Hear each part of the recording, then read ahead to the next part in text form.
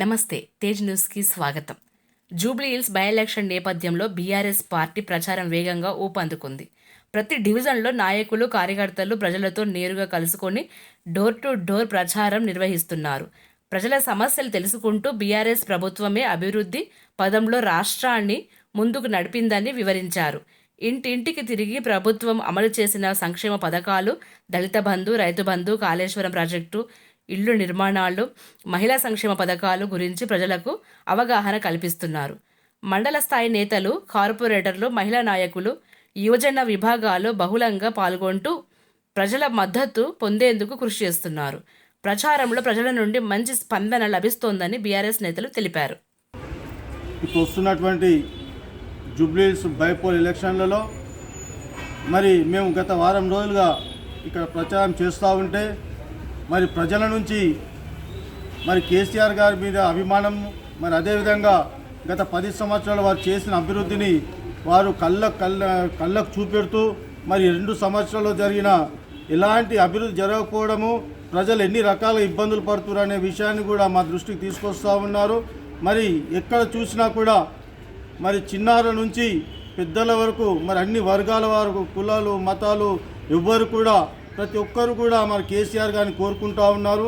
మరి ముఖ్యంగా గతంలో మాగంటిగా చేసిన అభివృద్ధి పనులు, మరి వారి మంచితనము, మరి ఎలాంటి కబ్జాలకు పోకుండా, మరి ఎలాంటి వేరే దందాలు, కబ్జా, మామూలుగా రౌడీజాలు ఎలాంటి కార్యక్రమం లేకుండా ప్రజలను తన గుండెల్లో పెట్టుకొని చూసుకున్నటువంటి మాగంటి వారి ఫ్యామిలీ అయినటువంటి సునీత మేడం గారికి మరి ఇక్కడ మహిళలు ఎంతో ప్రేమతో ఆదరించి దగ్గరికి తీసుకొని హక్కున చేర్చుకుంటూ ఉన్నారు. మరి మహిళలు ఎక్కువ శాతము మరి ఆమె వెంటే ఉన్నారు. ఈ జూబ్లీహిల్స్ నియోజకవర్గం మొత్తం కూడా మరి ఇటు మాసు, క్లాస్ అని కాకుండా అన్ని రకాల వర్గాలు, ముఖ్యంగా మైనార్టీ సోదరుల నుంచి అయితే అపూర్వ స్పందన వస్తూ ఉన్నది.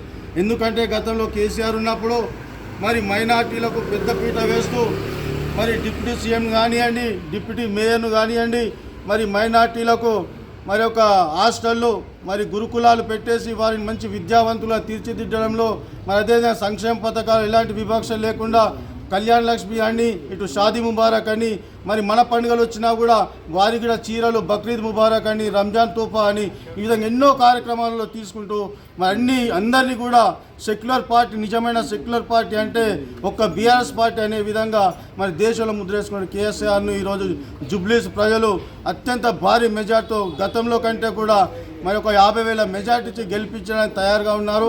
మాకు కూడా చాలా సంతోషంగా ఉంది.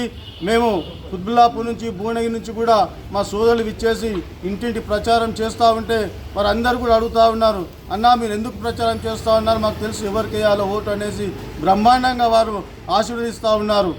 మరి ముఖ్యంగా చెప్పాలనుకుంటే ఈ 2-3 రోజుల నుంచి చూస్తున్న వాతావరణం చూసినట్టయితే ఈ కాంగ్రెస్, ఎంఐఎం వాళ్ళు మరి భారీగా మరి ఒక రౌడీజానికి వారి మాటలను, వారి దిగజారుతనాన్ని చూస్తున్నట్టయితే మరి గట్టిగా ప్రజలు ఇంకా బ్రహ్మరథం బట్టి వారు చీకొడుతూ ఉన్నారని కూడా నేను మనం చేస్తూ ఉన్నాను. నిన్న చూసినట్టయితే అజారుద్దీన్ మంత్రి పదవి అని చెప్పారు. మరి గత 2 సంవత్సరాల నుంచి లేని మంత్రి పదవి వారం రోజులు ఎలక్షన్ల ముందు ఇస్తున్నారంటే మరి ఎంత దౌర్భాగ్యమైన పరిస్థితిలో ఉన్నారో తెలుసుకోవచ్చు. ఈ జూబ్లీహిల్స్లో ముఖ్యంగా ఈ మైనార్టీ సోదరులు ఎక్కువ ఉంటారు, కమ్యూనిటీ ఎక్కువ ఉంటుంది కాబట్టి వాళ్ళను రాబట్టుకునే ప్రయత్నంలో భాగంగా అజారుద్దీన్ గారికి మరి ఒక మంత్రి పదవి ఆఫర్ చేయడం జరిగింది. మరి వారు ఎమ్మెల్సీ కానేలేదు, ఇంకా ఆమోదం పొందనే లేదు. మరి ఇలా చెప్పుకుంటూ పోతే వారి ఎన్నో కార్యక్రమాలు ప్రజలు చీకొట్టే విధంగా ఉన్నాయి.